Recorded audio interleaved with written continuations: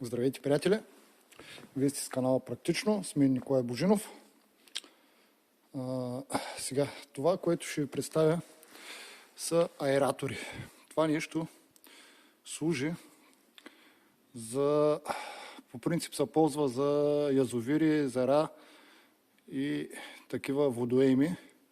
Лятото, когато стане много топло и кислорода във водата намалее, няма дъждове, се ползват ето такива приспособления. Това е, тук е кухо вътре и като се сложи във водата, плува. Връзва му се едно котва, за да седи в периметъра. Тук отдолу е с метална решетка, за да ни засмуква боклуци. И какво прави? Тук отгоре има един мотор, който засмуква вода отдолу. Отдолу засмуква водата и я фърля нагоре. Прави около 2-3 метра стълб воден и по този начин разбутва водата. Така. Те са трички, пръскат се в трите посоки на разстояние. Кабела е към 25-30 метра, може и 40 да има. Се развива. Сега, тук съм направил една стойка. Това нещо се слага ето тук на стойката.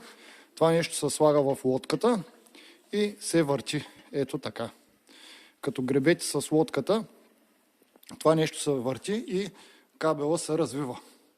По този начин кабела не се усуква и остава, се разпъва правилно, без да се усуква, без да се нагъва, защото има вероятността да се прекъсне голяма. Значи те трите съм ги свързал тук, едно табълце съм им направил. Това табълце остава на брега. Като тук на първия предпазител се връзва захранването, земите и нулите и от тук цъкаме и тръгват. Табълцето остава на брега, само му се връзва захранването, от тук си го вкарваме, връзваме го и пускаме.